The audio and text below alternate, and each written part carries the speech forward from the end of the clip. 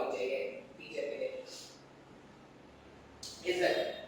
और इतना ज़्यादा भी एक्सपेक्ट नहीं करता यार, बहुत ढंग से बात कर लोगे वही काफ़ी होता है मेरे के। तो कोई नहीं, स्टार्ट करते हैं। अच्छा मुझे पिछले साल का टीचर्स डे याद है, बहुत कोशिश की गई थी सेलिब्रेट करने के लिए, लेकिन नहीं हो पाया था। कोई बात नहीं, जो भी है, जो भी होता है सही भी होता है। आप क्या करते हैं ना, ज़्यादा टाइम वेस्ट नहीं करते हैं, ठीक है, इधर उधर की बातें नहीं करते और लेक्चर कराते हैं। क्या पढ़ा रहे थे? तो पढ़ाया जा रहा था इलेक्ट्रोस्टैटिक्स, पढ़ाया जा रहा था। इलेक्ट्रोस्टैटिक्स में कनेक्टिंग टाइप प्रॉब्लम या टचिंग प्रॉब्लम कराया। टचिंग प्रॉब्लम में क्या होगा, दो कंडक्टर थे, दो कंडक्टर को आपस में क्या कर दिया था, टच कर दिया। अब दो कंडक्टर को जब आपस में टच करोगे तो चार्जेस का फ्लो होगा। जनरली पॉजिटिव चार्जेस के फ्लो के बारे में बात करते हैं। पॉजिटिव चार्जेस का फ्लो कराते हैं हायर पोटेंशियल से लोअर पोटेंशियल तक, यही आगे जाके करंट के नाम से पढ़ेंगे इसको। अब चार्जेस का फ्लो तब तक होता है जब तक दोनों सरफेसेस का पोटेंशियल सेम ना हो जाए। जब तक वो जो दोनों कंडक्टिंग सरफेसेस है, दोनों का पोटेंशियल सेम नहीं हो जाएगा, तब तक क्या होगा, चार्जेस एक कंडक्टर से दूसरे कंडक्टर तक फ्लो करते रहते हैं, ठीक है। फिर ये जो कनेक्टिंग प्रॉब्लम था, कनेक्टिंग प्रॉब्लम का एक सेकंड केस बताया था, अर्थिंग। अब अर्थिंग क्या है? अर्थिंग का मतलब होता है कि दोनों कंडक्टर में से अगर एक कंडक्टर अर्थ हो जाए, मतलब किसी भी कंडक्टर को अगर आप अर्थ से डायरेक्टली कनेक्ट कर दोगे तो उसे क्या बोलते हैं, अर्थिंग बोलते हैं। अब अर्थ के बारे में कुछ बातें हैं जो जान लेते हैं। अर्थ के बारे में, अर्थ जो हमारा अर्थ है, अर्थ एक हिंदी में भी अर्थ है, इंग्लिश में अर्थ। ये जो हमारा अर्थ है इंग्लिश वाला, वो क्या है, एक बहुत बड़ा सा कंडक्टर है।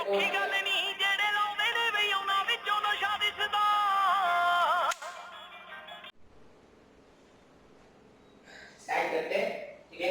कॉल आ गया था, अब लोग मैसेज भी कर रहे हैं, कॉल कर करके भी विश कर रहे हैं, अच्छी बात है, बहुत अच्छी बात है। तुम लोगों को मैं याद हूँ, मेरे को लगा था लॉकडाउन में तुम लोगों ने भूल गए होगा मेरे को, कोई नहीं। अच्छा हम क्या करते हैं, अर्थिंग के बारे में बात करते हैं। अर्थिंग, ठीक है, earth has something that is known as earthing. अब अर्थिंग क्या है, तो अर्थ को क्या करते हैं, एक बहुत ही बड़ा सा कंडक्टर है, जो हमारा अर्थ है ये बहुत ही बड़ा सा कंडक्टर है, और सिंस इसका रेडियस बहुत ज्यादा होता है, इसीलिए इसका जो पोटेंशियल है, अर्थ का पोटेंशियल जीरो माना गया है। ऐसा मानेंगे कि थ्रू आउट दिस चैप्टर या थ्रू आउट द सिलेबस, अपने सिलेबस के हिसाब से अर्थ का पोटेंशियल जो है वो जीरो मानते हैं, ठीक है। अब किसी भी ऑब्जेक्ट को या किसी भी कंडक्टर को जब आप अर्थ से कनेक्ट करते हो, तो सिंस अर्थ का पोटेंशियल जीरो है तो पोटेंशियल कम है, तो चार्जेस क्या होते हैं, चार्जेस कंडक्टर से अर्थ की तरफ फ्लो करना स्टार्ट करते हैं, और तब तक फ्लो करेंगे जब तक दोनों का पोटेंशियल, मतलब उस कंडक्टर का और अर्थ का पोटेंशियल सेम नहीं हो जाता। अब इतना समझ लो कि जो भी कंडक्टर्स हम डे टू डे लाइफ में देखते हैं, जैसे मैं बोलूं 1 मीटर का कंडक्टर, 1 मीटर का कंडक्टर, इसको तुम 3 डायमेंशन में इमेजिन कर लो। 1 मीटर का कंडक्टर कितना बड़ा हो जाएगा, मेरे को आर पार कर देगा। 1 मीटर का कंडक्टर जो है उसके सामने अगर अर्थ को कंपेयर किया जाए तो अर्थ का रेडियस बहुत ज्यादा है। अर्थ का रेडियस बहुत ज्यादा है, इसका मतलब ये होता है कि तुम अर्थ में कितना भी चार्ज सप्लाई कर दो, अर्थ के सरफेस पर कितना भी चार्ज डाल दो, अर्थ का पोटेंशियल चेंज नहीं होता, वो हमेशा जीरो ही रहता है। तो तुम्हें कुछ कुछ बातें अर्थ के बारे में याद रखना है कि अर्थ का पोटेंशियल जो है वो through out the syllabus zero रहेगा, और अर्थ में कितना भी चार्ज ऐड कर दो, अर्थ का पोटेंशियल चेंज नहीं होने वाला। ये अर्थ के बारे में याद रखना है। और दूसरी बात और क्या याद रखनी है, कनेक्टिंग प्रॉब्लम में जब भी एक कंडक्टर को अर्थ से कनेक्ट करेंगे, कंडक्टिंग प्रॉब्लम में जब भी एक कंडक्टर को अर्थ से कनेक्ट करेंगे तो चार्जेस का फ्लो तब तक होगा जब तक उस कंडक्टर का पोटेंशियल जीरो ना हो जाए। अब मैंने तुमको शायद एक क्वेश्चन कराया था इसमें, मान लो एक कंडक्टर है, r रेडियस का और कुछ तो कैपिटल Q का चार्ज इसमें इवनली डिस्ट्रीब्यूटेड। हमने इसको क्या कर दिया, अर्थिंग कर दिया। अर्थिंग का ये सिंबल होता है, ये इस तरह से अगर आप सिंबल बनाओगे डिक्रीजिंग लाइंस में, ये क्या करेंगे, अर्थिंग का सिंबल है। मतलब जब भी आपको क्वेश्चन में इस तरह का सिंबल दिखे ना, इसका मतलब मैंने इसको अर्थ से कनेक्ट किया हुआ है। अब अगर आप ध्यान से देखोगे तो देखो इसका पोटेंशियल सरफेस, ये जो कंडक्टर था इसका पोटेंशियल स्टार्टिंग में kq/r है और इसका पोटेंशियल 0 है। इसका पोटेंशियल ज्यादा है, इसका पोटेंशियल कम है, इसीलिए चार्ज फ्लो करना स्टार्ट करेगा। मान लो मैंने बोला कि किसी इंस्टेंट ऑफ टाइम पर कोई q amount of charge, positive charge flow कर गया। अब अगर कोई q amount of positive charge, small q amount of positive charge flow कर गया, तो इसमें जो बचा हुआ चार्ज होगा वो capital Q minus small q हो जाएगा। अच्छा, चार्जेस का फ्लो तब तक हुआ होगा जब तक इस कंडक्टर का पोटेंशियल 0 ना हो जाए। ऐसा ही होगा क्या? तो हम क्या लिखेंगे, अकॉर्डिंग टू क्वेश्चन या अकॉर्डिंग टू कंसेप्ट के Q minus Q upon R, इसका वैल्यू अपने को 0 से इक्वेट करना है क्या? क्यों ऐसा कर रहे हैं सर जी? क्योंकि अर्थिंग करने का मतलब होता है आपने उसको 0 पोटेंशियल से कनेक्ट कर दिया है। आगे जाके सर्किट्स में ये सब मिलेंगे आपको, ठीक है। अब जब आप इसको सिंपलीफाई करोगे ना, तो k और r कांस्टेंट इधर मल्टीप्लाई होके 0 हो जाएगा, मतलब q का वैल्यू स्मॉल q के बराबर आ जाएगा या स्मॉल q का वैल्यू कैपिटल Q के बराबर आ जाएगा। अब तुम लॉजिकली सोचो, ये बात सही भी है। क्यों? अगर इसमें कुछ भी चार्ज रहा, अगर इसमें चार्ज का कुछ भी वैल्यू रहा, तो इसके सरफेस का कुछ ना कुछ पोटेंशियल तो होगा ना।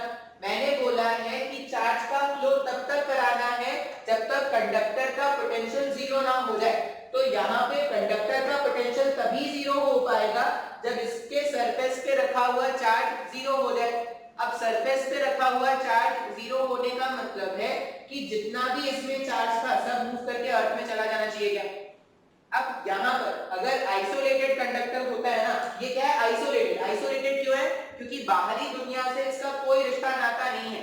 तो आप ये याद रख सकते हो, for an isolated conductor, for an isolated conductor when अर्थ, जब उसको अर्थिंग कर दी गई है, when earth all the charges on the surface, all the charges on the surface of conductor, all the charges on the surface of conductor move towards या move to the earth so as to have the potential, so as to have the potential of the conductor, the potential of the conductor 0। ये बात आपको याद रखना पड़ेगा। अच्छा, ये हमेशा सही है क्या कि पूरा का पूरा चार्ज, जैसे यहाँ पर हमने देखा कि ये जो कंडक्टर था उसका स्टार्टिंग में चार्ज कैपिटल Q था, अर्थिंग करने से पहले उसका जो चार्ज था वो कैपिटल Q था और वो पूरा का पूरा चार्ज अर्थ में चला गया जैसे ही मैंने उसको अर्थ में कनेक्ट कर दिया। ऐसा इसलिए हुआ क्योंकि मुझे जितना पोटेंशियल इसका है उतना ही पोटेंशियल इसका चाहिए। अब ऐसा हमेशा सही नहीं होता कि इसका पूरा का पूरा चार्ज करके मूव करके यहाँ पर आ जाए। जैसे अगर मैं एक एग्जांपल बताऊं, ये क्या था, आइसोलेटेड कंडक्टर था। आइसोलेटेड कंडक्टर को जब आप अर्थ करोगे तो एक तो आइसोलेटेड कंडक्टर का पोटेंशियल भी 0 हो जाएगा और दूसरा उस पे जो चार्ज है, उस पे जो नेट चार्ज है, वो नेट चार्ज मूव करके कहां पर आ जाएगा, तो वो नेट चार्ज मूव करके अर्थ की तरफ चला जाता है। अब इसी का अगर मैं एक एडवांसमेंट बताऊं, मान लो मेरे पास जो कंडक्टर होता वो आइसोलेटेड नहीं होता। देखो कंडक्टर में बहुत काम का कंसेप्ट है, बहुत सारे क्वेश्चन मिलेंगे, ठीक है। अभी मिलेगा, इलेक्ट्रोस्टैट से मिलेगा, करंट में मिलेगा, आगे जाके मॉडल में भी क्वेश्चन आएंगे जब हम लोग सर्किट सॉल्व करेंगे, सेमीकंडक्टर्स वाले सर्किट सॉल्व करेंगे तब भी मिलेगा। तो ये इंपॉर्टेंट कंसेप्ट है अर्थिंग। अब अर्थिंग बार बार जब भी अर्थ कर दिया ना, तो ऐसा समझ लेना कि जिसको भी अर्थ कर दिया उसका चार्ज, उसका जो पोटेंशियल होगा उसके पोटेंशियल को क्या कर लेंगे, 0 मान लेंगे। ये कंसेप्ट बस याद रखना है। चार्ज 0 होगा होगा क्या? नहीं, चार्ज उसका जीरो हो भी सकता है, नहीं भी हो सकता है। जैसे मैंने तुमको अभी आइसोलेटेड कंडक्टर का एक क्वेश्चन सॉल्व करवाया। अब क्या करते हैं ना, एक ऐसा कंडक्टर देखते हैं जो आइसोलेटेड नहीं है और उसमें अर्थिंग करने के बाद क्या इफेक्ट होगा ये अपने को जानना है। मान लो क्वेश्चन में ऐसा बोला गया, एक कंडक्टर है, इसके सामने एक चार्ज रख दो, कितना रख दो, मान लो इसके सामने एक चार्ज रख दिया मैंने 2q का, 2q का कितने डिस्टेंस पर, इसके सेंटर से, कंडक्टर के सेंटर से d दूरी पर एक चार्ज रख दिया मैंने 2q का, और इस कंडक्टर को मैंने क्या कर दिया, ऐसे अर्थ कर दिया। ये जो कंडक्टर था, इस कंडक्टर को मैंने क्या कर दिया, अर्थ कर दिया। और ऐसा बोलते हैं कि इसमें initially capital Q charge was evenly distributed या uniformly distributed।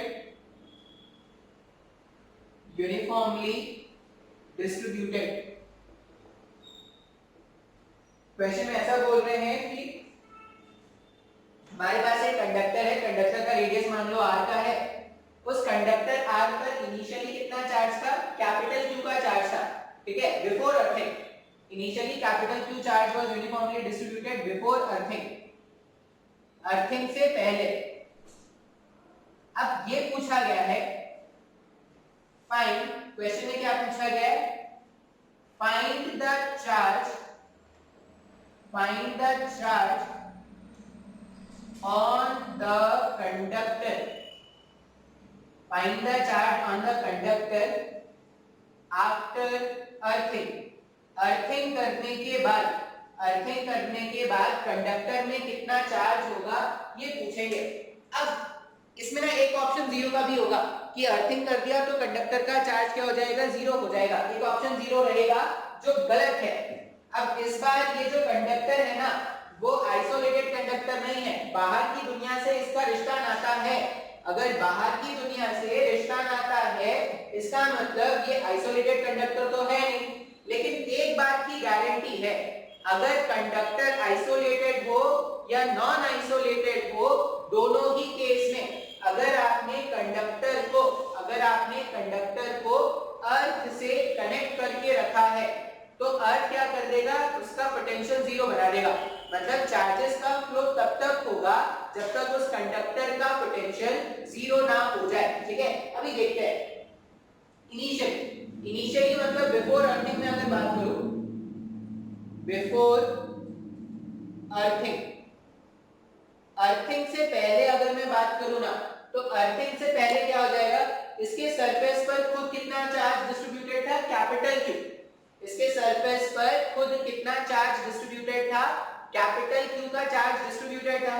मान लो मुझे इस कंडक्टर का पोटेंशियल लिखना है, तो पोटेंशियल बिफोर अर्थिंग, ये BE का मतलब है बिफोर अर्थिंग।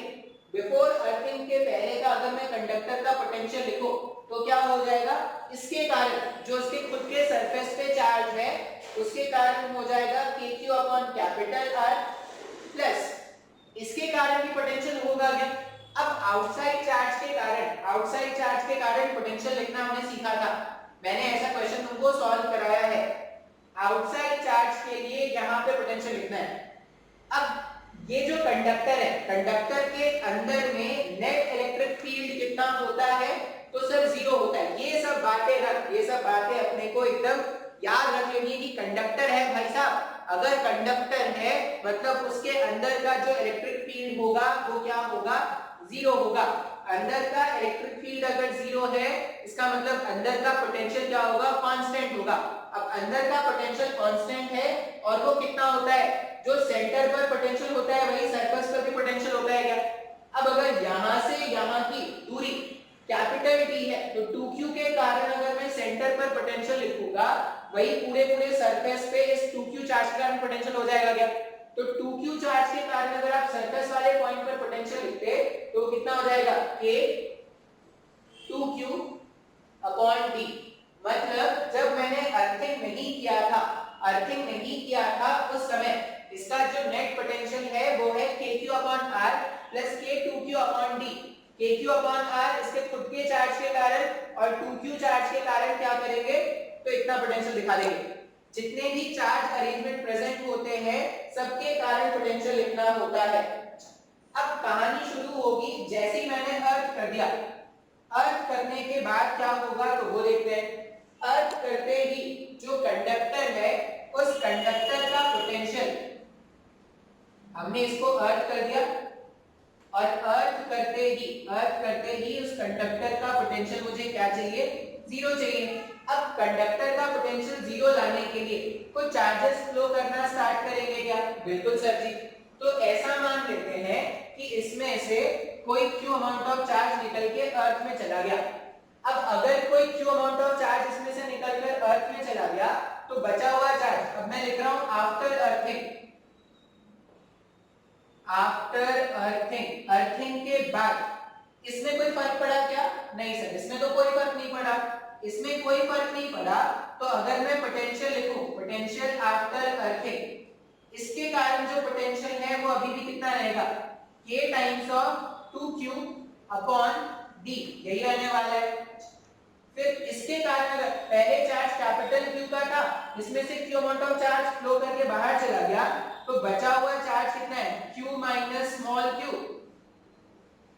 अपॉन r, लिख सकते हैं क्या।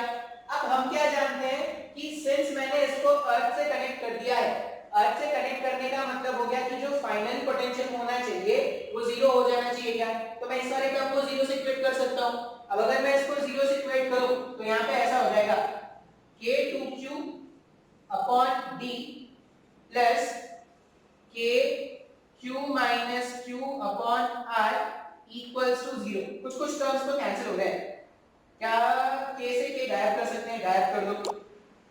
k से k गायब कर सकते थे, मुझे स्मॉल q का वैल्यू फाइंड करना है। स्मॉल q का वैल्यू फाइंड करने के लिए क्या कर सकते हैं, इसको ऐसा भी लिख सकते हैं क्या, 2q डिवाइडेड बाय d पहला term plus q upon r दूसरा term equals to minus of q upon, sorry equals to, ये माइनस q अपॉन r को मैंने उधर भेज दिया, मेरे पास 2q by d plus q upon r plus q upon small q upon capital r।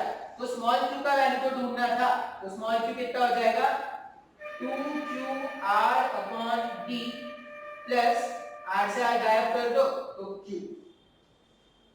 इतना चार्ज जो है वो क्या हो जाएगा, इस बार मूव करके बाहर चला जाएगा। बात समझ में आ रहा है क्या, हाँ या ना। अब यहाँ पर इस तरह के क्वेश्चन भी सॉल्व करने पड़ेंगे। तो अब इसका नेट चार्ज जीरो हो गया क्या, अब इसका अगर आप नेट चार्ज देखोगे तो तुम्हें इसका नेट चार्ज क्या हो जाएगा, कैपिटल Q का चार्ज पहले प्रेजेंट था, कैपिटल Q में अगर मैं ये वाले चार्ज को माइनस कर दूं तो इसका कुछ ना कुछ नेगेटिव चार्ज हो जाएगा क्या। मान लो कोई मुझसे पूछता फाइंड द चार्ज रिमेनिंग, कोई मुझसे पूछता find the charge remaining in the conductor after earthing, earthing के बाद कंडक्टर में कितना चार्ज होगा, अगर ये कोई मुझसे पूछता तो मैं क्या लिखता, इनिशियली चार्ज कैपिटल Q का था और फाइनली इसमें जो चार्ज हो गया, फाइनली इसमें चार्ज कितना आ जाएगा, q माइनस स्मॉल q का आ जाएगा। स्मॉल q के प्लेस में जब आप वैल्यू पुट करोगे तो q माइनस 2qr, ये कौन वालों को ना समझ में नहीं आता, ये गाली खा के मानेंगे।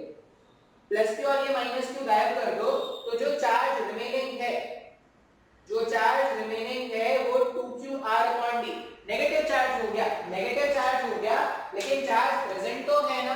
बात समझ में आ रहा है क्या। तो ये जो क्वेश्चन था, ये जो क्वेश्चन था वो सिर्फ इसीलिए बताया गया है क्योंकि एक डाउट हो जाता है मन में, बच्चों को ऐसा लगता है कि अच्छा अर्थ से कनेक्ट कर दिया, अर्थ से कनेक्ट कर दिया मतलब पोटेंशियल जीरो हो गया और साथ ही साथ उसका जो चार्ज होगा कंडक्टर का वो भी जीरो हो जाएगा। वो जीरो हो सकता है लेकिन एक स्पेशल केस में, एक स्पेशल केस में, स्पेशल केस क्या है, जब आइसोलेटेड कंडक्टर को अर्थ किया जाए तो आइसोलेटेड कंडक्टर का पूरा चार्ज मूव करके अर्थ में चला जाता है। लेकिन अगर इस तरह का क्वेश्चन होगा तो इसमें जो फाइनल चार्ज है उसका कुछ ना कुछ वैल्यू आएगा। यहाँ पर देखो स्मॉल q का वैल्यू मैंने फाइंड आउट कर दिया। स्मॉल q क्या था, स्मॉल q वो चार्ज था जो इसमें से बाहर चला गया। अब अगर स्मॉल q इसमें से बाहर चला गया तो बचा हुआ चार्ज कितना आ रहा है क्या, ये जो मैंने कैलकुलेट किया है वो क्या है, बचा हुआ चार्ज है आफ्टर अर्थिंग। ये बचा हुआ नहीं है, बचा हुआ चार्ज, ठीक है, ये क्या है, बचा हुआ चार्ज इतना है। आई होप अर्थिंग का कंसेप्ट समझ में आया होगा। अब बोलोगे सर ये अर्थिंग कहाँ यूज में आता है? अब ये जो अर्थिंग आप सिखा रहे, सुना तो है अर्थिंग अर्थिंग, लेकिन कहाँ यूज में आता है? तो अर्थिंग के बारे में अगर मैं बताऊं ना, तो अर्थिंग तुमने देखा होगा, जो हेवी अप्लायंसेस होते हैं, जो हेवी अप्लायंसेस होते हैं उसमें 3 टर्मिनल्स होते हैं। एक होता है लाइव, एक होता है न्यूट्रल, और तीसरा होता है अर्थ। तुमने देखा होगा जो हेवी अप्लायंसेस है, या अगर तुम्हें क्लास 10 में बेसिक हाउस होल्ड सर्किट अगर सीखा होगा तो 3 तरह के वायर्स के बारे में पढ़ाया गया होगा, लाइव वायर, न्यूट्रल वायर और अर्थ वायर। अब किसी भी अप्लायंस को रन करने के लिए ना, किसी भी अप्लायंस को चलाने के लिए लाइव वायर और न्यूट्रल वायर काफी, तो फिर ये अर्थ वायर क्यों दे रहे हैं सर? और अर्थ वाला जो वायर है वो 3 नॉब वाला प्लग सब में होता है क्या? नहीं, टीवी वाला प्लग तो 2 ही नॉब का है। वो जो टीवी में जो प्लग लगाते हैं टीवी के लिए, वो तो 2 ही के लिए है।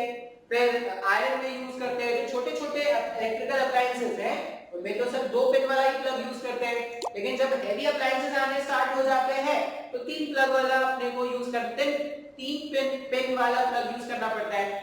अब ऐसा क्यों करना पड़ता है? क्योंकि ये जो कोई भी डिवाइस है वो चलता कैसे, करंट से चलता है। लाइव वायर जो होता है, लाइव वायर मतलब रेड वायर से करंट हमारे घरों तक अंदर आती है। अब करंट घर तक अंदर आ गई रेड वायर से, अब अगर करंट आई है तो वापस भी तो जाना चाहिए ना। ऐसा तो नहीं करंट कोई खा रहा है बैठ के, ऐसा तो नहीं करंट का सर्किट तुमको तुम्हारे बॉडी लगा दिया गया, करंट आ रहा है खाते जाओ खाते जाओ खाते जाओ, ऐसा तो नहीं होगा। करंट आया है तो करंट जाएगा भी। अब करंट आता है लाइव वायर से और जाता है न्यूट्रल वायर से। Neutral wire black in colour, जो नॉर्मल कलर का कॉम्बिनेशन होता है उसमें होगा लाल, काला और हरा, ठीक है। लाल वायर जो है रेड, लाइव वायर जिंदा है, ब्लड है, लाइव वायर जो होगा वो रेड इन कलर होता है। लाइव वायर से करंट अंदर आ रहा है, और ब्लैक वायर जो न्यूट्रल वायर है उसके थ्रू करंट क्या हो रहा है, मूव करके बाहर निकल जा रहा है। तो सर ये फिर अर्थ वायर की क्यों जरूरत है? और सिर्फ कुछ ही कुछ डिवाइसेस में ये अर्थिंग वाला वायर क्यों लगा रहे, सब में क्यों नहीं लगा रहे? तो जनरली क्या होता है ना, जो बड़े बड़े अप्लायंसेस होते हैं, जैसे हो गया फ्रिज, एसी, कूलर, इन अगर आप देखोगे तो इनका जो बॉडी है वो मेटल सरफेस का बॉडी है। अब इनका बॉडी अगर मेटल सरफेस का है, मान लो ऐसा हुआ कि अंदर में चल तो करंट से ही रहा है, मान लो अंदर में किसी भी वायर का इंसुलेशन जो था, वायर के ऊपर एक रेड रंग की और पीवीसी की कोटिंग होती है ना, मान लो किसी कारण से वो जो कोटिंग है वो हट गई। अब अगर कोटिंग हट गई तो क्या होगा, चार्जेस लीक करके उस अप्लायंस से चार्जेस लीक करके बाहर आना स्टार्ट करेंगे। अब हम कंडक्टर की प्रॉपर्टी क्या जानते हैं कि कंडक्टर के अंदर में जो भी आप एक्स्ट्रा चार्ज सप्लाई करोगे वो मूव करके कंडक्टर के सरफेस पे आ जाता है क्या? बिल्कुल। तो जो भी वायर के कारण जो करंट लीक हुआ था या चार्ज लीक हुआ था, वो सारा का सारा चार्ज मूव करके कंडक्टर के सरफेस पे आ जाएगा। अब जैसे ही कोई इंसान उस कंडक्टर को टच करेगा, तुमने सबने फील किया होगा, जैसे ही कोई इंसान उस कंडक्टर को बेयरफुट टच करेगा तो क्या होगा, चार्जेस उसके बॉडी से होते हुए अर्थ की तरफ चले जाएंगे। क्या ह्यूमन बॉडी जो है बहुत ही अच्छा कंडक्टर है। किसी को अगर डाउट है कि मेरा बॉडी कंडक्टर है या नहीं, वो 2 तार के वायर प्लग में लगा के एक्सपीरियंस कर सकता है, पता चल जाएगा कि कंडक्टिविटी कितनी है तुम्हारे बॉडी की। जनरली हमारे बॉडी में फ्लूइड्स है, सॉल्ट्स है जो अच्छे कंडक्टर होते हैं, इलेक्ट्रोलाइटिक है हमारा बॉडी। तो क्या बता रहे थे, हाँ, तो अब जैसे ही तुमने उस कंडक्टर को टच किया तो चार्जेस तुम्हारे बॉडी के थ्रू होते हुए अर्थ पे चले गए ना। तो जब चार्जेस तुम्हारे थ्रू मूव करते हैं ना, उसी को बोलते हैं करंट, उसी को बोलते हैं करंट लगा। अब कभी कभी ये करंट का झटका बहुत कम होता है, कभी कभी करंट का झटका इतना ज्यादा होता है कि कोई और झटके लेने लायक नहीं बचते फिर। तो डिपेंड करता है कि कितना चार्ज का एक्यूमुलेशन हुआ है या कितनी कंडक्टिविटी हो पा रही है, उस पर डिपेंड करेगा कि कितना करंट फ्लो किया है।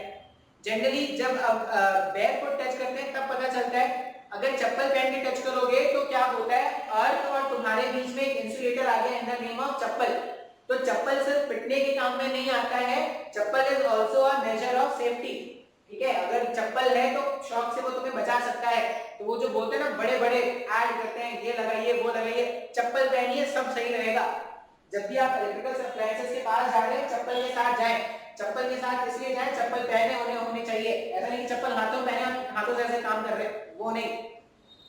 तो ये जो अर्थिंग है, ये अब हमने क्या बोला कि जो भी एक्स्ट्रा चार्ज है वो बॉडी के थ्रू जा रहा है। अब अगर बॉडी के थ्रू गया तो वो घातक है ना, वो तो दिक्कत हो सकता है, मार भी सकता है इंसान को। तो चार्ज को अर्थ में अगर भेजना है तो बॉडी के थ्रू क्यों भेजें, एक वायर लगा देते हैं। तो वायर क्या होता है, वो जो अर्थिंग वायर कनेक्ट करते हैं ना, वो मेटल सरफेसेस को अर्थ से डायरेक्टली कनेक्ट करता रहता है। मतलब जो भी एक्स्ट्रा चार्ज डेवलप हुआ वो अर्थ में चला गया, जो भी एक्स्ट्रा चार्ज डेवलप हुआ वो अर्थ में चला गया। अब अगर हमेशा एक्स्ट्रा चार्ज अर्थ में चलता जा रहा है, अगर किसी ने उस कंडक्टर को एक्सीडेंटली टच भी कर दिया अगर, तभी वो सेफ है क्या? बात समझ में आ रहा है? तो ये जो अर्थिंग है, ये जो अर्थिंग है जो हम इलेक्ट्रिकल अप्लायंसेस में यूज करते हैं, वो मेजर और एक सेफ्टी मेजर है। वो शॉक से इंसानों को, शॉक SHOCK, वो इंग्लिश वाला शॉक है, वो हिंदी वाला शॉक नहीं है, तो अंग्रेजी वाले शॉक से बचाता है। अब किसी का शॉक, हिंदी वाला शॉक अगर झटका खाना है तो मैं और आप कुछ नहीं कर सकते। अगर एक नॉर्मल इंसान है तो उसको झटके नहीं पसंद, ठीक है, लाइफ में झटके किसी को भी नहीं पसंद, चाहे वो करंट के फॉर्म में हो या धक्कों के फॉर्म में हो, जैसे भी फॉर्म में। तो ये हमारे पास अर्थिंग की कहानी थी। अर्थिंग का मतलब क्या याद रख लेंगे आज के बाद से, जब भी एक कंडक्टर को अर्थ कर दिया, मतलब क्या कर दिया, उस कंडक्टर को जीरो पोटेंशियल से कनेक्ट कर दिया है। अब जीरो पोटेंशियल होने के लिए कुछ चार्जेस का फ्लो होगा।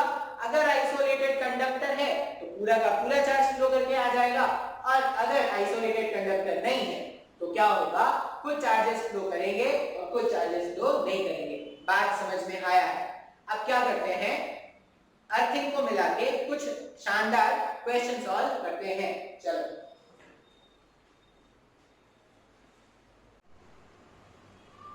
स्टार्ट करते हैं। अर्थिंग पे कुछ प्रॉब्लम्स देख लेते हैं, ठीक है। अर्थिंग के कंसेप्ट पे कुछ प्रॉब्लम्स हैं। अब इसको शेल टाइप प्रॉब्लम भी बोलते हैं। शेल टाइप प्रॉब्लम, इससे पहले हमने कंडक्टर्स में कैविटी वाला प्रॉब्लम देखा था, जिसमें कंडक्टिंग मटेरियल बीच में प्रेजेंट होता था और कंडक्टिंग मटेरियल के अंदर कैविटी काट के बाहर निकाल देते थे और कैविटी के अंदर चार्जेस रख देते थे और फिर उसके बाद कहानियां पढ़ते थे। उसमें बहुत सारे क्वेश्चन कराए थे ना ऐसे। अब शेल टाइप प्रॉब्लम है। शेल में क्या है, ऐसा बोले जैसे यहाँ पे देखो क्या है, एक शेल है S1 जिसके अंदर चार्ज, अब ये शेल कंडक्टिंग हो नॉन कंडक्टिंग हो बात एक ही है, ठीक है, कोई इस तरह का भी शेल हो बात एक ही है। S1 है जिसके अंदर मैंने क्या रखा है, Q अमाउंट ऑफ चार्ज को रखा है। अब R रेडियस का शेल था S1 और उसके बाहर में एक और कंडक्टिंग शेल है S2 जो है जिसपे अपन ने 3Q चार्ज को इवनली डिस्ट्रीब्यूट कर रखा है। कंडक्टिंग ही मान लो, उसमें चार्ज डिस्ट्रीब्यूशन हमें नहीं करना पड़ेगा। अब इसमें ऐसा बोला गया है कि अगर ये S1 वाले शेल को अर्थ कर दिया जाए, अगर इस S1 find the charge containing by S1 after earthing, earthing करने के बाद S1 वाले शेल पर कितना चार्ज होगा, ये हमसे पूछा गया है। अब कैलकुलेट करना है। स्टार्टिंग में इसमें कोई चार्ज नहीं था, S1 वाले पर स्टार्टिंग में कोई चार्ज नहीं था, लेकिन बाद में बिकॉज ऑफ दिस अर्थिंग इसमें कुछ ना कुछ चार्ज आ जाएगा।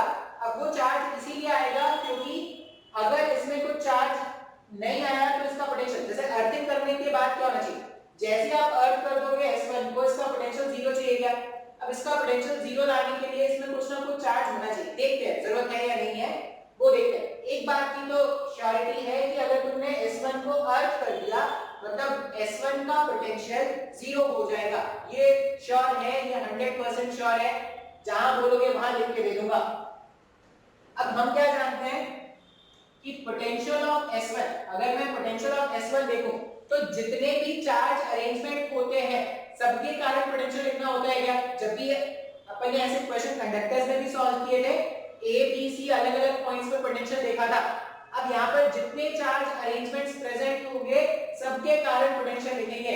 मान लो BS1 का वैल्यू लिख रहे हैं, अब अगर इस वाले Q वाले चार्ज के कारण मुझे पोटेंशियल लिखना है इसके सरफेस पर, तो Q से R दूरी पर है सारे पॉइंट्स। अब जब भी एक पॉइंट चार्ज से r दूरी पर पोटेंशियल लिखना होता है तो वैल्यू क्या होता है, kq अपॉन r का वैल्यू होता है।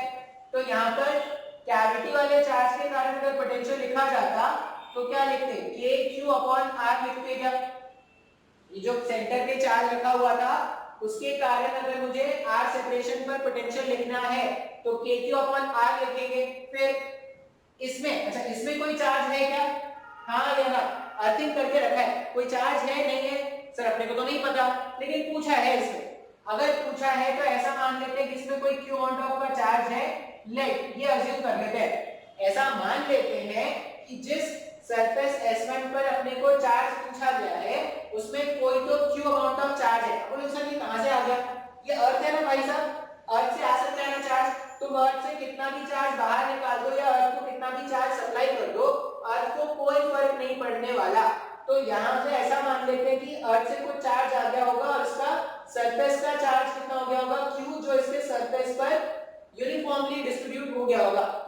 अब स्मॉल q के कारण अगर S1 का पोटेंशियल लिखना होता तो स्मॉल q के कारण अगर S1 का पोटेंशियल लिखते तो kq अपॉन r लिखते क्या, ये जानते हैं, ऐसा कुछ हमने क्वेश्चन सॉल्व किया था, सरफेस पे जब भी पोटेंशियल लिखना होता था तो k times of charge distribution into divided by r करते थे, तो kq अपॉन स्मॉल r हो जाएगा। अच्छा फिर अगर मुझे S2 के कारण, S2 वाला जो चार्ज डिस्ट्रीब्यूशन है 3q का, अगर उसके कारण मुझे S1 पर पोटेंशियल लिखना है तो ये 3q क्या है, ये जो 3q चार्ज है ये आउटसाइड, यहां पर क्या हो गया 3q चार्ज के इनसाइड पर, इस शेल के अंदर में कहीं पे भी पोटेंशियल लिखेंगे तो उसका वैल्यू कांस्टेंट होगा क्या, उसका वैल्यू कांस्टेंट होगा, उतना ही होगा जो सरफेस पे हो रहा है। तो इसके कारण 3q वाले चार्ज के कारण S1 पर पोटेंशियल लिखना होगा तो ये लिखते क्या, k times of 3q upon of twice of r। ये सारा कुछ मैंने पहले आपको बता दिया है, कंडक्टर, स्फेरिकल कंडक्टर्स के कारण पोटेंशियल किसी भी पॉइंट पर अगर लिखना होता है तो कैसे लिखते हैं ये सब अपने को पता है। अब क्वेश्चन के अकॉर्डिंग मैंने Vs1 को अर्थ करके रखा है, दैट इंप्लाइज Vs1 का वैल्यू 0 हो जाएगा। Vs1 को अगर आप 0 रख दोगे तो kq upon capital R plus k small q upon capital R plus k 3q upon 2r।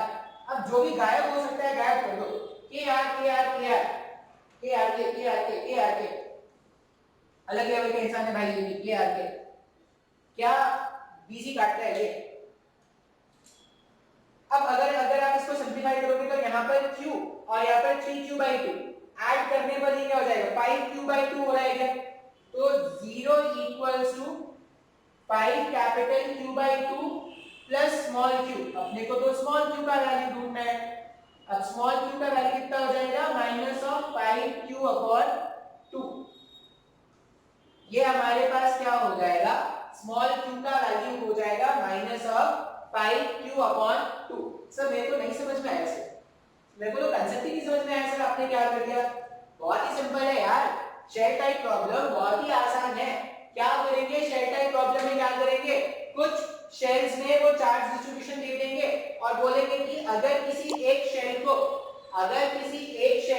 अर्थ कर दिया जाए, किसी एक शेल को अगर अर्थ कर दिया जाए तो उस शेल का चार्ज बताओ आफ्टर अर्थिंग।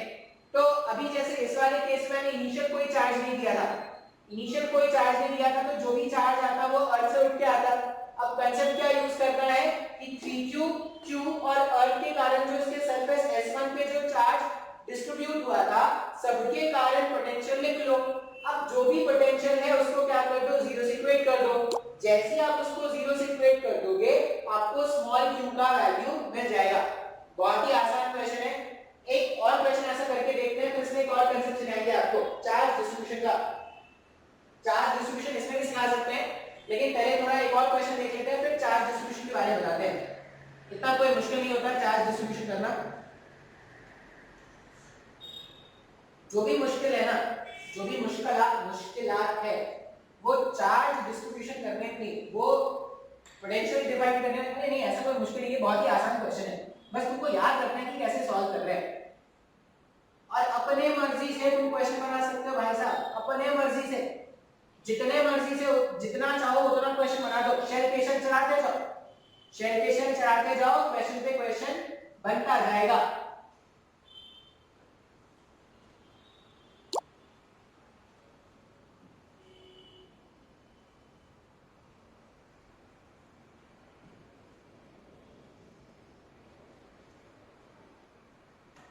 दोबारा से तुम लोगों को हैप्पी टीचर्स डे। बहुत सारे मैसेज आ रहे हैं, बहुत सारे तो ये बोल रहे सर आपने वो बना दिया, ये बना दिया, टीचर वो प्रोफेशन है जो कैंडल कैंडल वाले खूब मैसेज आ रहे हैं भाई कि कैंडल है, खुद जल रहा है, दूसरों को रोशनी दे रहा है। पता नहीं है, ऐसा तो नहीं है। कुछ लोग जी टू से कंपेयर करते हैं, सही है।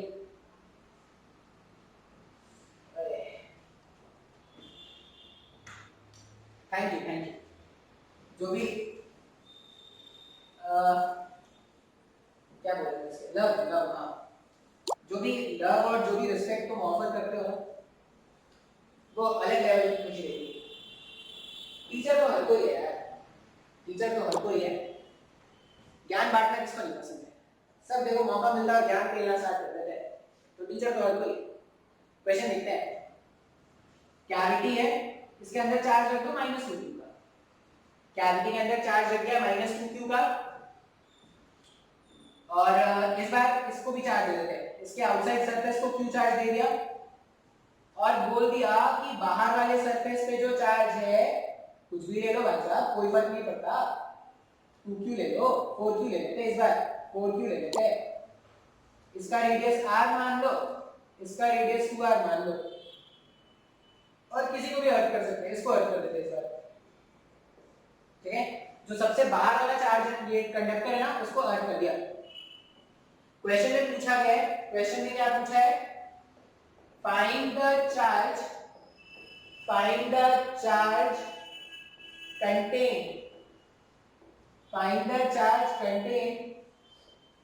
बाय आउटसाइड शेल, इसका नाम है शेल 1, इसका नाम है शेल 2, मतलब बीच में खाली खाली जगह है, पूरा खाली खाली है। Find the charge contained by shell 2 after earthing करने के बाद शेल 2 पर कितना चार्ज बचेगा, ये कैलकुलेट करना है। पहले मैं बोलूंगा आप खुद से ट्राई करो, बहुत ही आसान है। पहले आप क्या करो, खुद से ट्राई करो, उसके बाद हम क्या करते हैं, सॉल्व करते हैं। इसमें इनिशियल चार्ज कितना था, 4q का, इसमें इनिशियल चार्ज था, इनिशियली इसमें चार्ज कितना था, 4q का। मान लेते हैं अर्थिंग करने के बाद इसमें जो चार्ज होगा वो कोई तो q का होगा। अर्थिंग करने से पहले उसके पास कितना चार्ज था, 4q का। अब जैसे ही अर्थ करोगे ना, अर्थ करने के कारण यहाँ पर चार्ज का आदान प्रदान होगा, मतलब कुछ चार्जेस या तो इधर जा सकते हैं या अर्थ से कुछ चार्जेस बाहर आ सकते हैं।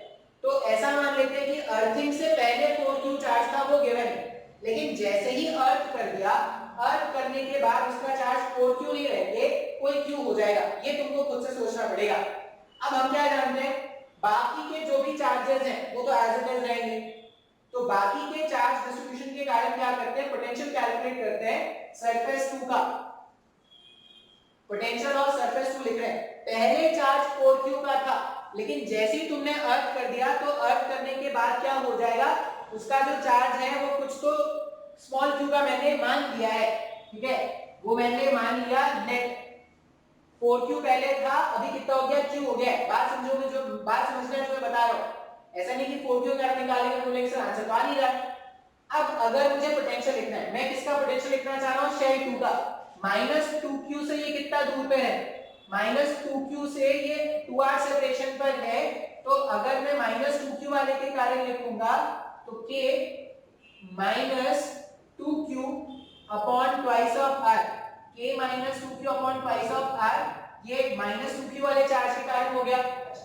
S1 वाले सरफेस के लिए ये आउटसाइड पॉइंट है क्या, आउटसाइड पॉइंट के लिए ये पॉइंट चार्ज के जैसा बिहेव करेगा, पॉइंट चार्ज जो शेल के सेंटर पर रखा है। अब शेल के सेंटर से 2r दूरी पर अगर पोटेंशियल कैलकुलेट करते S1 वाले शेल के कारण, तो KQ/2R का होता, और इसके खुद के चार्ज के कारण अगर S2 वाले शेल का पोटेंशियल लिखोगे तो वो हो जाएगा K(q)/2R। ध्यान रखना यहाँ पर मैंने 4Q यूज नहीं किया है। 4Q जो था वो इनिशियल चार्ज था, अर्थ करने से पहले उसके पास कितना चार्ज है 4Q। जैसे ही मैंने अर्थ कर दिया अब उसके पास कोई अलग चार्ज होगा जिसको मैंने K मान दिया है। अब क्वेश्चन के अकॉर्डिंग अगर इसको अर्थ कर दिया गया तो उसका पोटेंशियल क्या हो जाएगा, जीरो हो जाएगा। जो कैंसिल होता है ना कैंसिल कर दो, KR KR KR। यहां पर आ रहा है -2Q/2 plus Q/2 plus q/2, ऐसा कुछ आ रहा है क्या? 2 से 2 गायब अगर हो जाएगा, देखो ये -q और ये +q/2, -q और +q/2 ये क्या हो जाएगा, -q/2 हो जाएगा। -q/2 को जब आप इधर भेजोगे ना तो q/2 q/2 आ रहा है। इसका मतलब स्मॉल q का वैल्यू जो हो जाएगा अर्थिंग करने के बाद वो कैपिटल Q का हो गया अगर, हाँ या ना? स्मॉल q का वैल्यू अर्थिंग करने के बाद कितना हो जाएगा, कैपिटल Q। मतलब इसमें इनिशियली कितना चार्ज प्रेजेंट था, 4Q का। जैसे ही तुमने अर्थ किया तो अर्थ करने के बाद इसका चार्ज कितना आ जाएगा, कैपिटल Q का आ रहेगा। एक बार कैलकुलेशन चेक कर लेना, कैलकुलेशन में मिस्टेक तो नहीं किया ना। इसके कारण यहाँ पे लिखा तो K-2Q/2R, फिर इसके कारण अगर यहाँ पर लिखा तो KQ/2R, और इसके खुद के कारण लिखा तो KQ/2R। सिंपलीफाई किया तो स्मॉल q का वैल्यू मेरे पास आ रहा है कैपिटल Q। अगर इसका स्मॉल q का वैल्यू कैपिटल Q आ रहा है मतलब इसको अर्थ से कनेक्ट करने पर 3Q amount of charge move करके बाहर चला गया होगा क्या? ये सब क्वेश्चन पूछते हैं भाई साहब कि अर्थिंग किया तो कितना चार्ज मूव करके बाहर चला गया। 4Q में से कैपिटल Q बच रहा है, मतलब बचा हुआ 3Q मूव करके बाहर चला गया होगा क्या? हाँ या ना? सब मेरे को नहीं समझ में आ रहा है। इनिशियली कितना चार्ज गिवन था, इनिशियली 4 टाइम्स ऑफ Q का चार्ज गिवन था, initially 4 times of capital Q का चार्ज गिवन था। लेकिन अर्थिंग करने से क्या होगा, सरफेस का पोटेंशियल जीरो दिखाना है, और सरफेस का पोटेंशियल जीरो दिखाने के लिए कुछ अमाउंट ऑफ चार्ज फ्लो करके बाहर चला गया। कितना फ्लो करके बाहर चला गया, 3Q। अब क्वेश्चन में क्या बोलते हैं, अब क्वेश्चन में क्या बोलेंगे कि डिस्ट्रीब्यूट द चार्ज। क्वेश्चन में ये बोलते हैं distribute the charge after earthing, या ऐसा बोलेंगे फाइंड द नेट चार्ज। आप इसको स्क्रीन फॉरवर्ड करके बढ़ा सकते हो।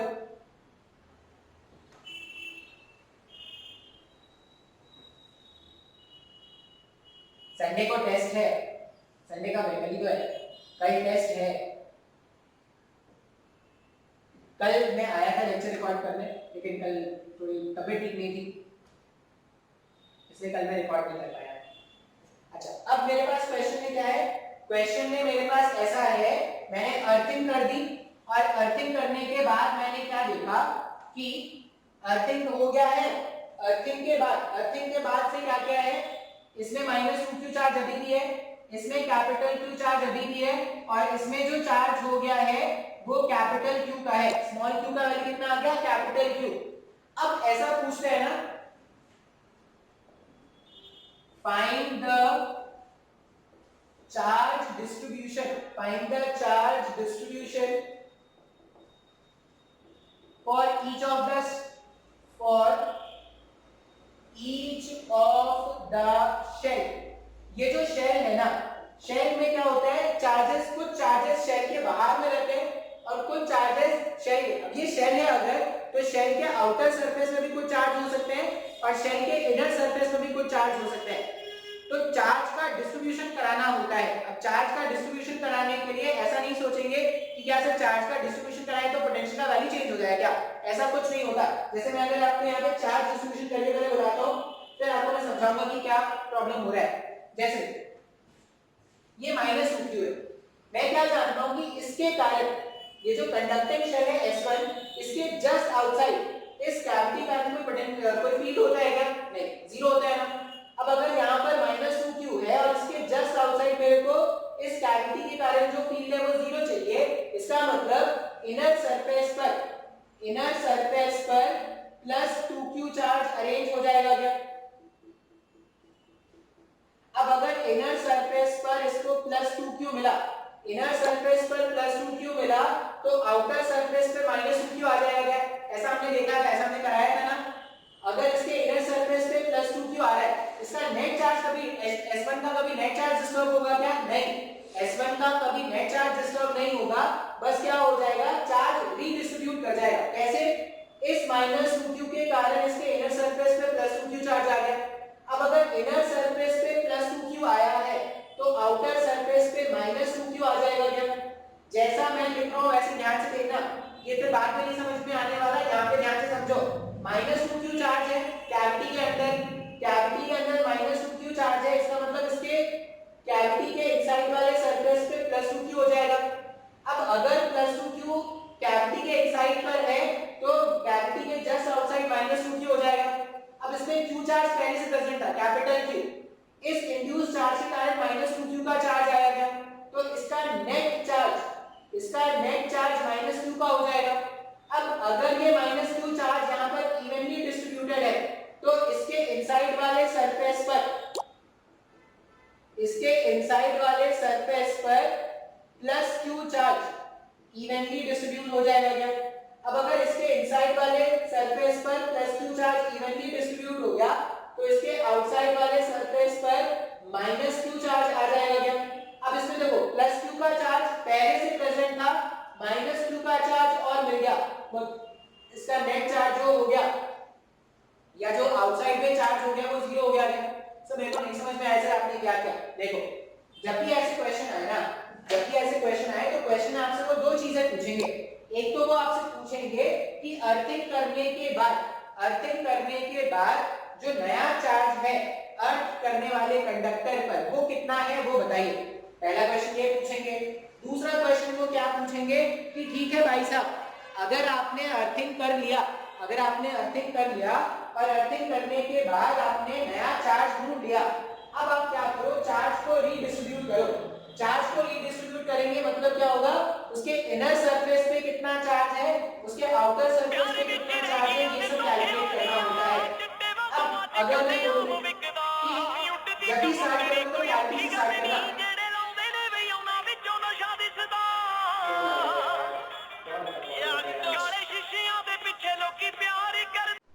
फिर से कॉल आ गया था, चार्ज डिस्ट्रीब्यूशन के बारे में बता रहे थे। तो ये माइनस 2q का चार्ज है, जब भी चार्ज डिस्ट्रीब्यूशन करना हो सेंटर से स्टार्ट करना। माइनस 2q का चार्ज है, इस माइनस 2q चार्ज के कारण क्या हो जाएगा, इसके इनसाइड वाले सरफेस पे जितना ये नेगेटिव में है उतना ही पॉजिटिव चार्ज क्या कर देना, अरेंज करा देना। तो इसके इनसाइड वाले सरफेस पे प्लस 2q चार्ज अरेंज करा दिया। ऐसा क्यों करा रहे हो सर? क्योंकि इसके जस्ट बाहर, कैविटी के जस्ट बाहर, इस कैविटी के कारण फील्ड क्या होता है, जीरो होता है। कंडक्टर के अंदर का जो रीजन है वो आउटसाइड फील्ड से इंडिपेंडेंट है, इलेक्ट्रोस्टैटिक शील्डिंग बताया था। तो यहाँ पर इसके जस्ट बाहर फील्ड अगर जीरो चाहिए, इसका मतलब इसके अंदर जो चार्ज इनफ्लोज होता वो जीरो होता। तो ये माइनस 2q है, तो यहाँ पर क्या हो जाएगा, प्लस q का चार्ज इवनली डिस्ट्रीब्यूट कर देंगे। अच्छा, अब अगर तुमने क्या कंडक्टर के अंदर वाले सरफेस पे प्लस 2q रखा है तो कंडक्टर के जस्ट बाहर वाले सरफेस पर माइनस 2q रखना पड़ेगा।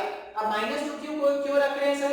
माइनस 2q इसीलिए रख रहे हैं क्योंकि कभी भी इसका नेट चार्ज कभी चेंज नहीं हो सकता। S1 का जो अगर नेट चार्ज अगर जीरो है तो वो नेट चार्ज हमेशा जीरो ही रहेगा, बस चार्ज को डिस्ट्रीब्यूट कर रहे हैं। अब अंदर वाले सरफेस पे 2q है तो बाहर वाले सरफेस पे माइनस 2q आ जाएगा। अब देखो पहले से इसमें कैपिटल Q प्रेजेंट था, उसमें माइनस 2q चार्ज इसको और मिला, पहले से इस पे प्लस q था उसे माइनस 2q और मिला, तो इसका नेट चार्ज माइनस q का हो जाएगा क्या? अब अगर नेट चार्ज माइनस q का है तो इस माइनस q के कारण इसके अंदर वाले सरफेस पे फिर से प्लस q चार्ज जनरेट होगा। तो यहाँ पे हमने क्या लिख दिया, प्लस q चार्ज जनरेट हुआ इस माइनस q के कारण। अब इस माइनस q के कारण अगर इसको प्लस q मिला तो प्लस q के कारण इसके आउटर वाले सरफेस पे माइनस q आ जाएगा।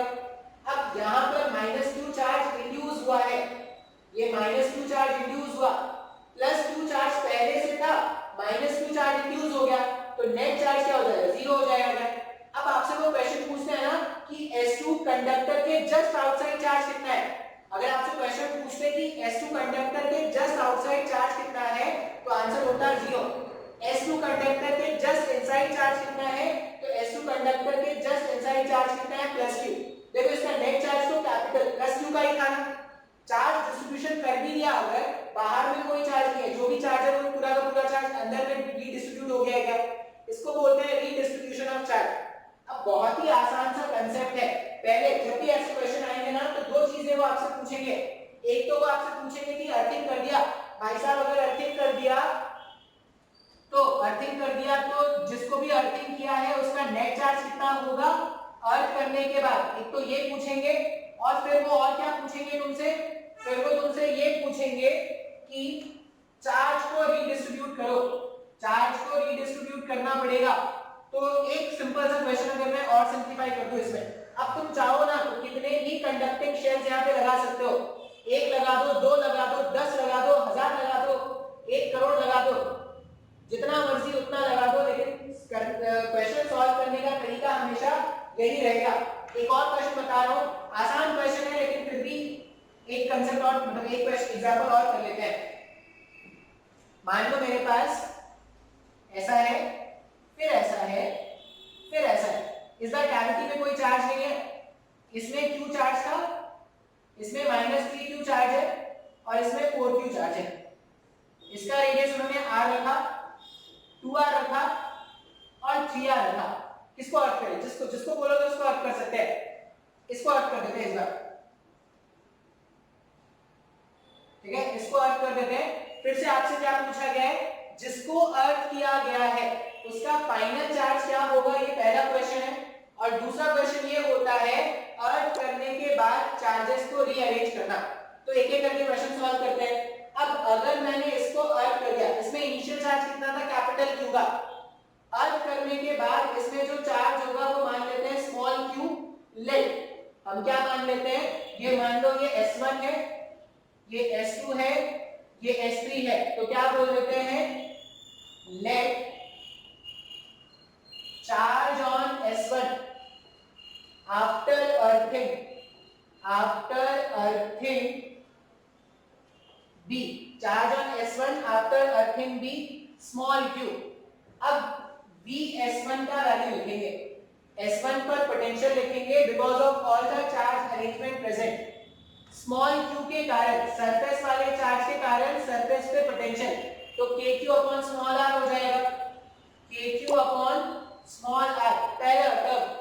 फिर S2 वाले चार्ज डिस्ट्रीब्यूशन के लिए इनसाइड पॉइंट है क्या, इनसाइड पॉइंट पर पोटेंशियल कांस्टेंट होता है और वैल्यू उतना ही होता जो सेंटर पर होगा, तो माइनस ऑफ k, या जो सरफेस पर होगा वही सेंटर पर होगा, वही किसी भी इनसाइड पॉइंट पर हो जाएगा, तो minus k 3q upon 2r। S3 वाले के लिए भी वो क्या है, इनसाइड पॉइंट है, तो k 4q अपॉन, इसका रेडियस कितना इस बार 3r का रेडियस है। अब क्वेश्चन के अकॉर्डिंग Vs1 का वैल्यू हो जाएगा 0, क्योंकि इसको अर्थ करके रखा है, kr हर जगह से कैंसिल कर दिया जाए अगर, तो small q minus 3q upon 2 plus 4q upon 3, इसको सिंप्लीफाई करोगे अगर तो 0 इक्वल्स टू q, इसका एलसीएम अगर ले लिया जाए तो 6, 3 मतलब ये हो जाएगा 9q प्लस 8q, ऐसा लिख देंगे क्या, सिंप्लीफाई करने पर ये कितना आ रहा है 9q 8q, q अपॉन 6 आ रहा है, उसको भेजोगे इधर तो स्मॉल q का वैल्यू हो जाएगा कैपिटल Q अपॉन 6, मतलब चार्ज अर्थिंग करने के बाद इस पे जो चार्ज है वो कितना है, Q अपॉन 6 का। अब चार्ज डिस्ट्रीब्यूशन कर लो, तो चार्ज डिस्ट्रीब्यूशन अगर करोगे, ध्यान से देखना चार्ज डिस्ट्रीब्यूशन कैसे कर रहे हैं, इनसाइड में कोई चार्ज है क्या, नहीं सर, तो इसके इनसाइड वाले सरफेस पे कोई चार्ज आएगा क्या, नो सर, अगर यहाँ पर कोई चार्ज होता तो यहाँ पर आता, यहाँ पर q/6 है, अगर सेल 1 के आउटसाइड सरफेस पर q/6 है, तो शेल 2 के इनसाइड पर कितना होता q/6, अगर शेड 2 के इनसाइड पर q/6 माइनस में है तो -3q प्लस q/6 आउटसाइड पर हो जाएगा क्या? -3q प्लस q/6 जब आप सॉल्व करोगे ना तो ये कितना हो जाएगा? 6 × 3 इज 18 और ये हो जाएगा 17। ये मेरे पास सॉल्व करने पर -17q/6 आ जाएगा। अगर ये -17q/6 है तो इस -17q/6 के कारण यहाँ पर आ जाएगा +17q/6। अब अगर ये +17q/6 हुआ तो यहाँ पर क्या आ जाएगा? -17q/6 आ जाएगा। अब जब इसको आप सिंपलीफाई करोगे तो 6 × 4 कितना हो गया? 24q - 17q। 24 - 17 तो ये हो जाएगा 7q/6। अब जो भी चार्ज था 4q का इस पे नेट चार्ज था, इसका नेट चार्ज का 7q/6 बाहर में है और 17q/6 अंदर में है। अब जब इनको सम करोगे ना 17q/6 और 7q/6 सॉल्व करने पर 4q ही आएगा। तो इस तरह से क्या करेंगे? चार्जेस को रीअरेंज भी करके दिखाएंगे। बहुत ही आसान क्वेश्चन है, ठीक है, बहुत ही आसान सा क्वेश्चन था। हमने क्या कर दिया, जब भी ऐसे अर्थिंग वाले क्वेश्चन आ जाए जिसको भी अर्थ किया है उसका पोटेंशियल जीरो करके उस पे नया चार्ज का वैल्यू कैलकुलेट कर लो। एक बार नया चार्ज का वैल्यू मिल जाए तो उसके अकॉर्डिंग चार्जेस का डिस्ट्रीब्यूशन कर दो।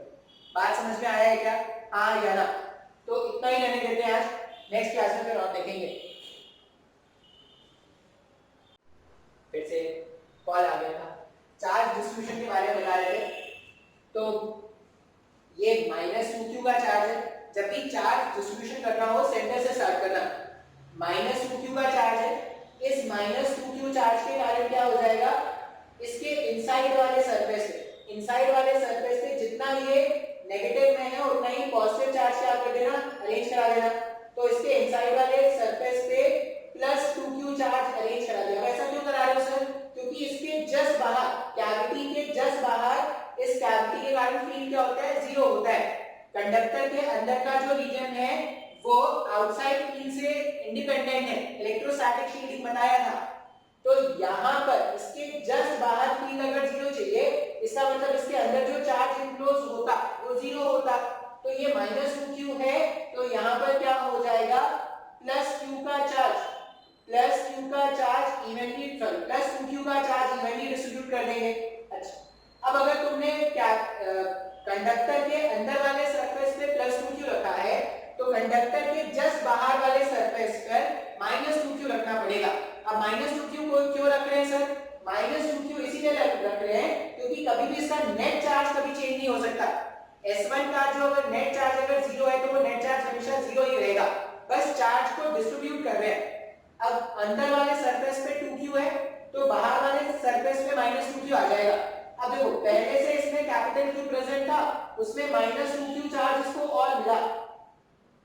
पहले से इस पे +q था, उसमें -2q और मिला तो इसका नेट चार्ज -q का हो जाएगा क्या?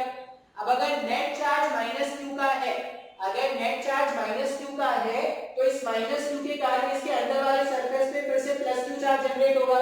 तो यहाँ पे हमने क्या लिख दिया? +q चार्ज जनरेट हुआ इस -q के कारण। अब इस -q के कारण अगर इसको +q मिला तो +q के कारण इसके आउटर वाले सरफेस पे -q आ जाएगा।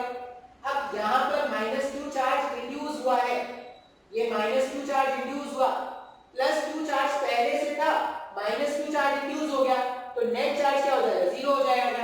अब आपसे वो क्वेश्चन पूछते हैं ना कि S2 कंडक्टर के जस्ट आउटसाइड चार्ज कितना है। अगर आपसे क्वेश्चन पूछते कि S2 कंडक्टर के जस्ट आउटसाइड चार्ज कितना है तो आंसर होता है 0। S2 कंडक्टर के जस्ट इनसाइड चार्ज कितना है तो S2 कंडक्टर के जस्ट इनसाइड चार्ज कितना है? +q। देखो इसका नेट चार्ज तो कैपिटल +q का ही था ना।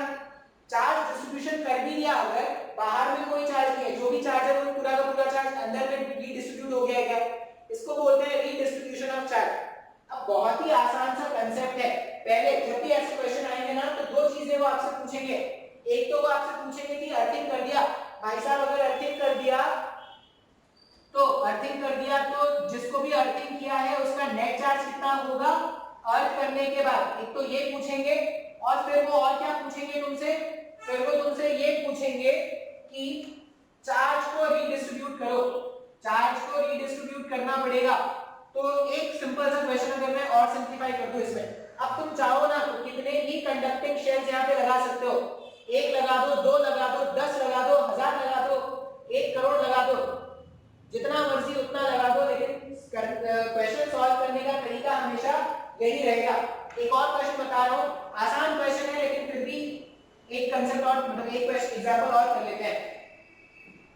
मान लो मेरे पास ऐसा है, फिर ऐसा है, फिर ऐसा है, इस बार कैविटी में कोई चार्ज नहीं है, इसमें q चार्ज था, इसमें -3q चार्ज है और इसमें 4q चार्ज है। इसका रेडियस उन्होंने r रखा, 2r रखा और 3r रखा। किसको अर्थ करें, जिसको जिसको बोलोगे उसको अर्थ कर सकते हैं, इसको अर्थ कर देते हैं इस बार, ठीक है, इसको अर्थ कर देते हैं। फिर से आपसे क्या पूछा गया है, जिसको अर्थ किया गया है उसका फाइनल चार्ज क्या होगा, ये पहला क्वेश्चन है। और दूसरा क्वेश्चन ये होता है अर्थ करने के बाद चार्जेस को रीअरेंज करना। तो एक एक करके क्वेश्चन सॉल्व करते हैं। अब अगर मैंने इसको अर्थ कर दिया, इसमें इनिशियल चार्ज कितना था, कैपिटल Q का, अर्थ करने के बाद इसमें जो चार्ज होगा वो मान लेते हैं स्मॉल q लेट। हम क्या मान लेते हैं, ये मान लो ये S1 है, ये S2 है, ये S3 है, तो क्या बोल देते हैं, let charge on S1 after earthing B, charge on S1 after earthing B small q। अब Vs1 का वैल्यू लिखेंगे, S1 पर पोटेंशियल लिखेंगे because of all the charge arrangement present. Small q के कारण, सरफेस वाले चार्ज के कारण सरफेस पे पोटेंशियल, तो kq अपॉन स्मॉल r हो जाएगा, kq अपॉन स्मॉल r पहला टर्म। फिर S2 वाले चार्ज डिस्ट्रीब्यूशन के लिए इनसाइड पॉइंट है क्या, इनसाइड पॉइंट पर पोटेंशियल कांस्टेंट होता है और वैल्यू उतना ही होता जो सेंटर पर होगा, तो माइनस ऑफ k, या जो सरफेस पर होगा वही सेंटर पर होगा, वही किसी भी इनसाइड पॉइंट पर हो जाएगा, तो minus k 3q upon 2r। S3 वाले के लिए भी वो क्या है, इनसाइड पॉइंट है, तो k 4q अपॉन, इसका रेडियस कितना इस बार 3r का रेडियस है। अब क्वेश्चन के अकॉर्डिंग Vs1 का वैल्यू हो जाएगा 0 क्योंकि इसको अर्थ करके रखा है। kr हर जगह से कैंसिल कर दिया जाए अगर, तो small q minus 3q upon 2 plus 4q upon 3, इसको सिंप्लीफाई करोगे अगर तो 0 इक्वल्स टू q, इसका एलसीएम अगर ले लिया जाए तो 6, 3 मतलब ये हो जाएगा 9q प्लस 8q, ऐसा लिख देंगे क्या, सिंप्लीफाई करने पर ये कितना आ रहा है 9q 8q, q अपॉन 6 आ रहा है, उसको भेजोगे इधर तो स्मॉल q का वैल्यू हो जाएगा कैपिटल Q अपॉन 6। मतलब चार्ज अर्थिंग करने के बाद इस पे जो चार्ज है वो कितना है, Q अपॉन 6 का। अब चार्ज डिस्ट्रीब्यूशन कर लो, तो चार्ज डिस्ट्रीब्यूशन अगर करोगे, ध्यान से देखना चार्ज डिस्ट्रीब्यूशन कैसे कर रहे हैं। इनसाइड में कोई चार्ज है क्या, नहीं सर, तो इसके इनसाइड वाले सरफेस पे कोई चार्ज आएगा क्या, नो सर। अगर यहाँ पर कोई चार्ज होता तो यहाँ पर आता, यहाँ पर q/6 है, अगर सेल 1 के आउटसाइड सरफेस पर q/6 है तो शेल 2 के इनसाइड पर कितना होता q/6। अगर शेल 2 के इनसाइड पर q/6 माइनस में है तो -3q प्लस q/6 आउटसाइड पर हो जाएगा क्या, -3q प्लस q/6 जब आप सॉल्व करोगे ना तो ये कितना हो जाएगा, 6 × 3 is 18 और ये हो जाएगा 17। ये मेरे पास सॉल्व करने पर -17q अपॉन 6 आ जाएगा।